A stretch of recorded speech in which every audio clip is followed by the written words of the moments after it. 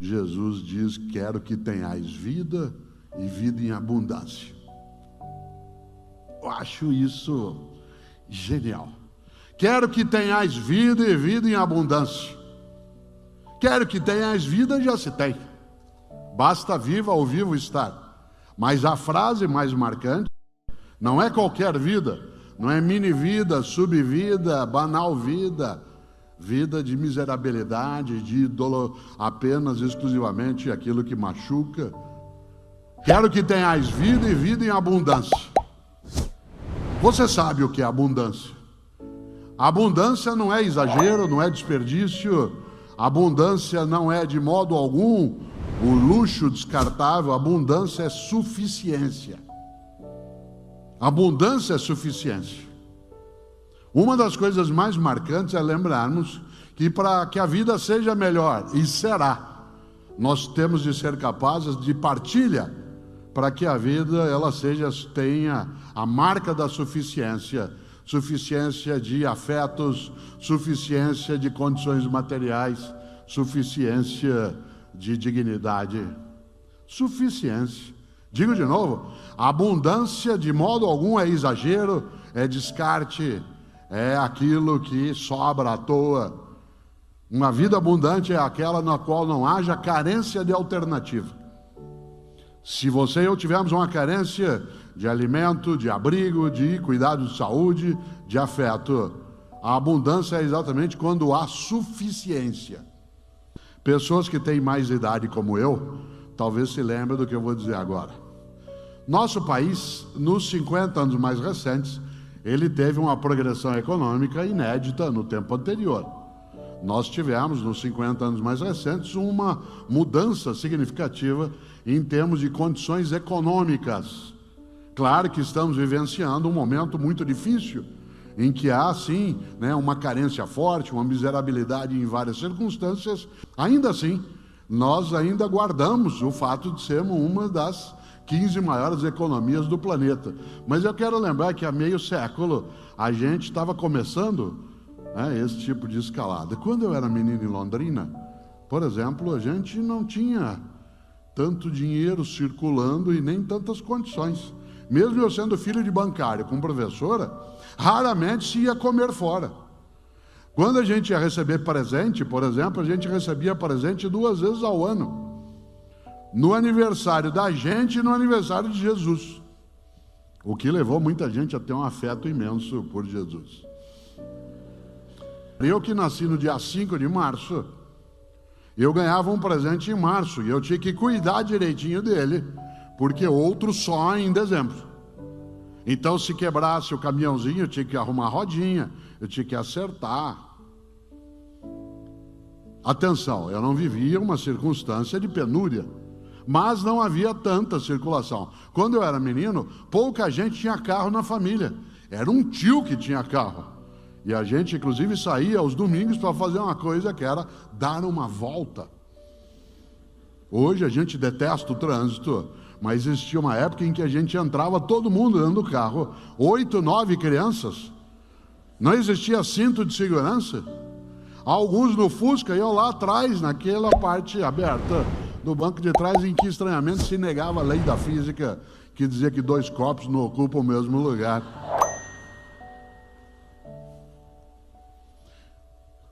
A gente não tinha tanta fartura. Quem aqui foi formado em famílias de pessoas que tiveram que trabalhar na roça, arrumar as coisas, foram para o campo, sabe o que significa.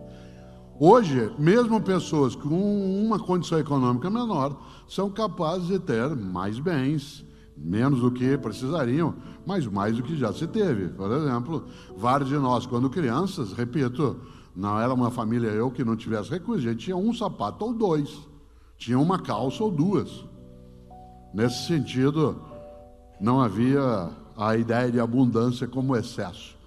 E aí tinha uma coisa que tem a ver com o que eu estou dizendo agora, e com essa expressão magnífica de Jesus: quero que tenhais vida e vida em abundância, para a gente fazer uma vida melhor. Faça o teu melhor, uma vida que não seja medíocre. Por exemplo, a gente quando ia comer fora, não era uma coisa óbvia comer fora, Comer fora de casa, a gente ia 1, 2 vezes no ano. E era um momento especial em que se fazia isso. Aliás, o lugar onde eu ia em Londrina com a família, eu tenho memória disso até hoje, quando eu tinha 6, 7 anos de idade, era uma churrascaria. A primeira de Londrina chamada, olha que nome criativo, Churrascaria Gaúcha. Ficava no comecinho da Avenida Santos Dumont, onde hoje fica o aeroporto de Londrina.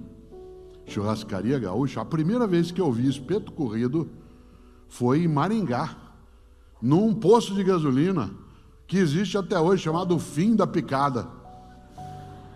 E era o fim da picada, no sentido literal do termo, a cidade acabava ali. A picada terminava ali. E a gente, quando podia ir a um lugar desse, era uma alegria. Durante o ano inteiro, onde que a gente almoçava no final de semana, para descansar um pouco, a família inteira, na casa dos outros. Ou vinham na nossa casa, mas com uma coisa maravilhosa. Não dava para quem recebia bancar toda a comida, porque nós éramos 10, 12, 15 pessoas, 20. E a gente alternava as casas no final de semana. Casa de tia, de parente, de amigo. E aí tinha um milagre que é especial. Como não dava para quem recebia bancar tudo, cada família levava alguma coisa. Cada um levava uma coisa. A família levava uma lasanha, outro levava um frango, outro levava um lombo, a outra família levava uma macarronada, outro uma maionese de batata. E aí servia para todo mundo. E agora veio o milagre. Cada uma levava uma coisa. E na hora de ir embora, todo mundo levava mais do que tinha trazido. Cada um levava uma coisa. E na hora de ir embora, todo mundo levava mais do que tinha trazido. E de repente não fazia sentido matemático que diz que o todo não pode ser menor que as partes. Mas as partes ficavam maior que o todo. Cada um de nós levava um pouco e quando ia embora levava mais do que tinha trazido.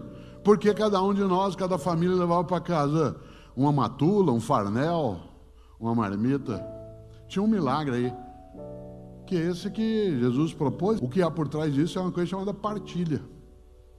Por que é que sobrava? Porque como todo mundo tem alguma coisa e quando a gente junta é suficiente, ainda sobra. Aliás, os cristãos contam uma coisa maravilhosa. Um milagre feito por Jesus de Nazaré, que é o de multiplicação de pães e peixes. Em alguns dos relatos, vocês se lembram, os discípulos chamam Jesus num canto e dizem, ó, tem 10 mil pessoas aí. E eles estão com fome, eles não querem ir embora. Bom, nem eu iria se eu ouvisse alguém falar sobre fraternidade, vida decente, solidariedade, não exclusão. Também ficaria eu. E aí os discípulos, segundo os relatos, disseram, ó, o povo não quer ir embora, quer comer. E aí Jesus pergunta, o que é que tem para comer?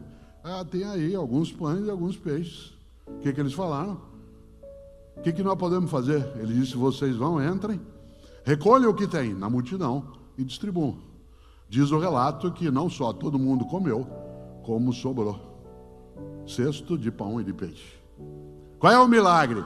Jesus, vou usar o termo técnico, de modo taumatúrgico, isto é, milagreiro, foi lá, pôs a mão e fez 2 pães virarem 500. Não, o milagre é outro. É um milagre que você e eu podemos fazer também, se a gente entende esse ensinamento, que é o milagre da partilha. A partilha, a capacidade de repartir, isto é, de multiplicar.